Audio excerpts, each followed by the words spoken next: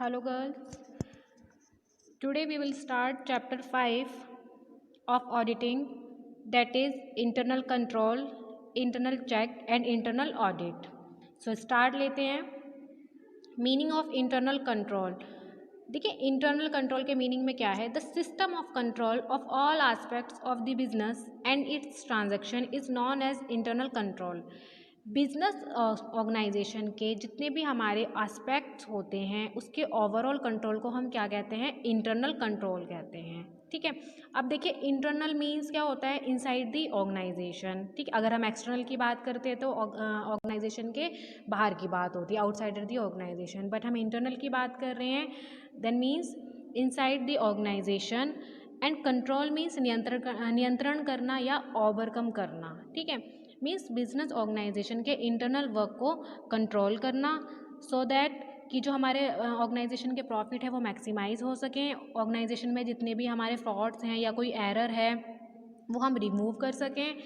अब internal control का meaning सिर्फ यही नहीं होता कि इंटरनल चेक कि बुक्स ऑफ अकाउंट्स की हमने चेकिंग कर दी, बुक्स ऑफ अकाउंट्स की जितने भी डॉक्यूमेंट्स हैं हमारे उनको हमने चेकआउट कर लिया. यही नहीं होता सिर्फ इंटरनल कंट्रोल में, बल्कि इंटरनल कंट्रोल में एक ऑर्गेनाइजेशन के सारे सिस्टम को मीन्स ओवरऑल सिस्टम को अच्छे से मैनेज करना, कंट्रोल करना इंटरनल कंट्रोल में इंक्लूड होता है. क्लियर है. नेक्स्ट हमारे पास बात आती है ऑब्जेक्टिव ऑफ इंटरनल कंट्रोल. अब देखिए जो हम इंटरनल कंट्रोल है ऑर्गेनाइजेशन के अंदर वो हम क्यों करते हैं, उसके करने का क्या उद्देश्य हमारे पास है. First is to ensure that the business organization take place as per the general and specific authorization of the business. हम ये इंश्योर करते हैं इंटरनल कंट्रोल से कि जो हमारी बिजनेस ऑर्गेनाइजेशन में ट्रांजैक्शंस हो रही हैं वो जर्नल एंड स्पेसिफिक ऑथराइजेशन के अकॉर्डिंग हो रही हैं या नहीं हो रही हैं, प्रॉपर प्रोविजंस रेगुलेशन के अकॉर्डिंग की जा रही हैं या नहीं की जा रही हैं. Next is to make sure that there is a sequential and systematic recording of every transaction. हमें ये हम इंटरनल कंट्रोल से हम ये मेक श्योर करते हैं, ये हम श्योरिटी लेते हैं कि जो हमारी बिजनेस ऑर्गेनाइजेशन की ट्रांजैक्शंस हैं वो सिक्वेंशियल एंड सिस्टमेटिक वे में रिकॉर्ड हो रही हैं ऑर्गेनाइजेशन के बुक्स ऑफ अकाउंट्स में या नहीं हो रही हैं. ठीक है. Next is to provide security the companies assets from unauthorized use. अगर हमारी ऑर्गेनाइजेशन में कोई हमारी बिजनेस की एसेट्स को या किसी भी डॉक्यूमेंट्स को कोई अनऑथोराइज्ड यूज़ करना चाहता है तो उससे भी प्रिवेंट करने के लिए हम क्या करते हैं, इंटरनल कंट्रोल करते हैं. नेक्स्ट हमारे पास बात आती है to evaluate the system of accounting for complete authorization of the transactions. अपनी बुक्स ऑफ अकाउंट्स की ट्रांजेक्शन्स करने के लिए हमारी अकाउंटिंग की जितने भी प्रिंसिपल्स होते हैं, रूल्स होते हैं, सबको हम अच्छे से मेंटेन करके रखते हैं. सिस्टमेटिक वे में हम क्या करते हैं, उसको रिकॉर्ड करते हैं.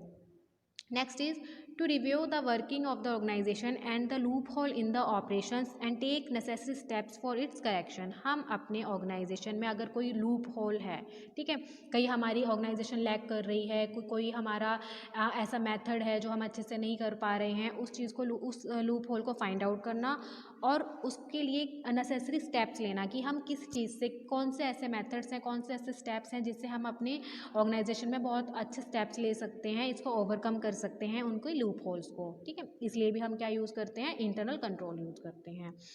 Next is to ensure that there is the optimum utilization of the firm's resources. जो हमारी में एक फर्म में देखिए मेनली क्या रिसोर्सेज होते हैं, मैन होते हैं, मटीरियल, मशीन्स एंड मनी. यही हमारे 5-6 रिसोर्सेज होते हैं जो हम ऑर्गेनाइजेशन में यूज़ करते हैं किसी भी प्रोडक्शन के लिए, मैन्युफैक्चरिंग के लिए. तो हम ये इंश्योर करते हैं इंटरनल कंट्रोल से कि जो ऑप्टिमम यूटिलाइजेशन है हमारे रिसोर्सेज का वो हो रहा है या नहीं हो रहा है. Next is to find out whether the financial statement are in alignment with the accounting concept and principle. जो हमारी फाइनेंशियल स्टेटमेंट्स हैं वो proper accounting concept and principle. Next हमारे पास टॉपिक है internal control can be divided into the following 3 parts. जो हमारे controls हैं, इंटरनल कंट्रोल्स हैं, उनके 3 फर्दर पार्ट्स में डिवाइडेड किया गया है उसे. First is organizational control. Organization control क्या होता है? देखिए, किसी भी तरह के ऑर्गेनाइजेशन को कंट्रोल करने के लिए पहले हमें ये ज़रूरी है कि ऑर्गेनाइजेशन के स्ट्रक्चर के बारे में हमें पता हो। अब ऑर्गेनाइजेशन का स्ट्रक्चर कैसा है, लार्ज है, स्मॉल है, कैसा है, ये हमें पहले पता होना चाहिए किसी भी ऑर्गेनाइजेशन को कंट्रोल करने के लिए। अब एक ऑर्गेनाइजेशन में डिपार्टमेंट कितने हैं, है ना, और डिपार्टमेंट में भी फर्दर जो हमारे एम्प्लॉयज़ हैं उनके बीच में म्यूचुअल रिलेशंस हमारे कैसे हैं, म्यूचुअल अंडरस्टैंडिंग उनकी कैसी है, इनके बारे में पता करना चाहिए हमें ऑर्गेनाइजेशनल कंट्रोल करने के लिए। और ऑडिटिंग के वर्क को परफॉर्म करने के लिए ऑडिटर को ऑर्गेनाइजेशन की नॉलेज भी प्रॉपर होनी चाहिए। ये ऑडिटर की ड्यूटी बनती है कि ऑर्गेनाइजेशनल कंट्रोल करने से पहले वो ऑर्गेनाइजेशन के स्ट्रक्चर का पता लगाए। ठीक है। नेक्स्ट हमारे पास है अकाउंटिंग कंट्रोल। अकाउंटिंग कंट्रोल में क्या है? This includes various kind of control such as account control, standard cost control, budget control etcetera. जितने भी हमारे ऑर्गेनाइजेशन में अकाउंट्स हैं और जितने भी हम प्रॉपर अकाउंट्स बनाते हैं, standard cost control, budget control, जितनी भी हमारी अकाउंटिंग होती है उसके वर्क को सारा कंट्रोल करना, दैट इज़। नेक्स्ट बात आती है एडमिनिस्ट्रेटिव कंट्रोल। अब देखिए, एडमिनिस्ट्रेटिव कंट्रोल हम क्यों करते हैं? ऑर्गेनाइजेशन के एडमिनिस्ट्रेटिव वर्क को अच्छे से परफॉर्म करने के लिए, चेकआउट करने के लिए हम एडमिनिस्ट्रेटिव कंट्रोल करते हैं। ठीक है। बेसिकली एडमिनिस्ट्रेटिव में ऑफिस वर्क इंक्लूड होता है, हमारा जो भी क्लैरिकल स्टाफ का वर्क होता है वो सब किस में इंक्लूड होता है? एडमिनिस्ट्रेटिव वर्क में। लाइक हम अकाउंट्स प्रिपेयर करते हैं, ठीक है, और जितना भी क्लैरिकल वर्क होता है वो सब किस में आता है? एडमिनिस्ट्रेटिव कंट्रोल में। ठीक है।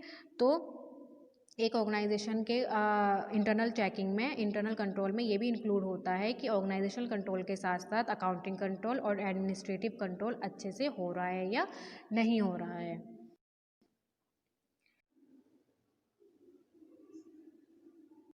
नेक्स्ट टॉपिक है हमारे पास फॉर्म ऑफ इंटरनल कंट्रोल। अब देखिए, इंटरनल कंट्रोल में कितनी फॉर्म्स हैं?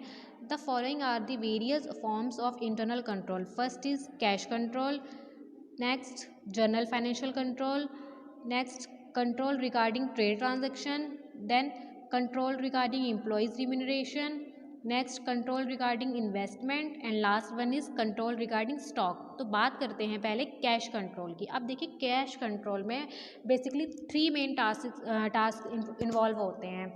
First is receiving cash, second paying cash, and last one is maintaining cash balance. अब देखिए, एक ऑर्गेनाइजेशन में जब भी कोई ट्रांजैक्शन होगी तो हमें पहले ये इंश्योर करना है कि हमारे पास कितना कैश आया, उसका एक प्रॉपर हमारे पास रिकॉर्ड होना चाहिए। Next paying cash. Paying cash मतलब जो भी हम आउटसाइड दी ऑर्गेनाइजेशन हम कैश पे कर रहे हैं थर्ड पार्टी को, ठीक है, उसका हमारे पास प्रॉपर मेंटेन हम रिकॉर्ड मेंटेन करके रखेंगे।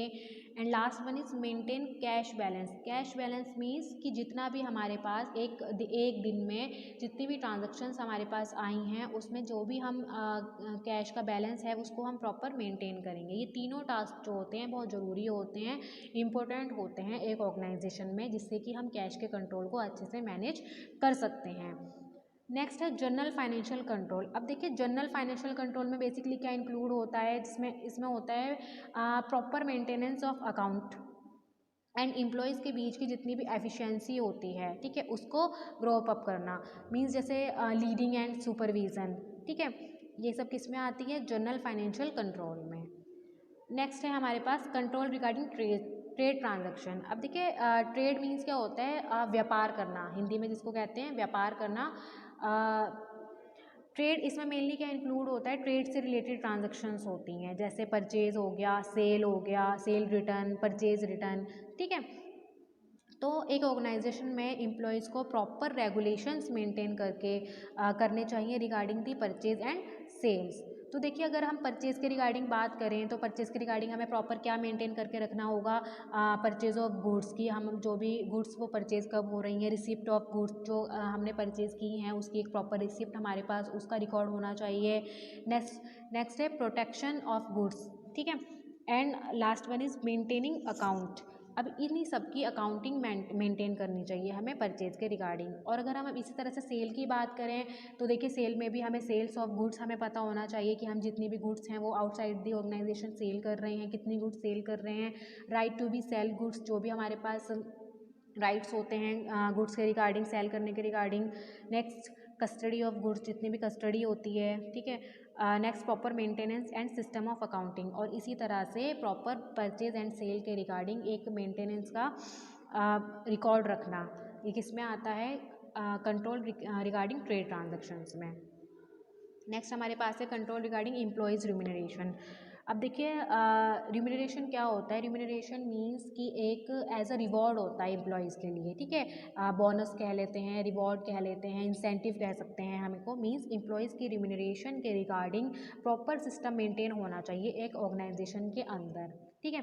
लाइक स्पेशल ऑर्डर्स पास होने चाहिए हमारी सैलरीज़ के रिगार्डिंग, एम्प्लॉयज़ की सैलरीज़ के रिगार्डिंग स्पेशल ऑर्डर्स होने चाहिए, और अगर उसमें कुछ डिडक्शंस हो रही हैं तो वो किस तरह से हो रही हैं, डिडक्शंस हो रही हैं तो किस तरह से हो रही हैं, उसमें हमें प्रॉपर हमारे पास पता होना चाहिए। एडवांसेस अगर हमारे हैं हमारे पास तो वो किस तरह से होने चाहिए। एंड लोन, अगर सैलरीज़ में अगर हम कभी ऑर्गेनाइजेशन में किसी तरह का लोन पास करा रहे हैं तो उसके रिगार्डिंग भी प्रॉपर प्रोविजंस एंड रेगुलेशंस हमारे पास होनी चाहिए।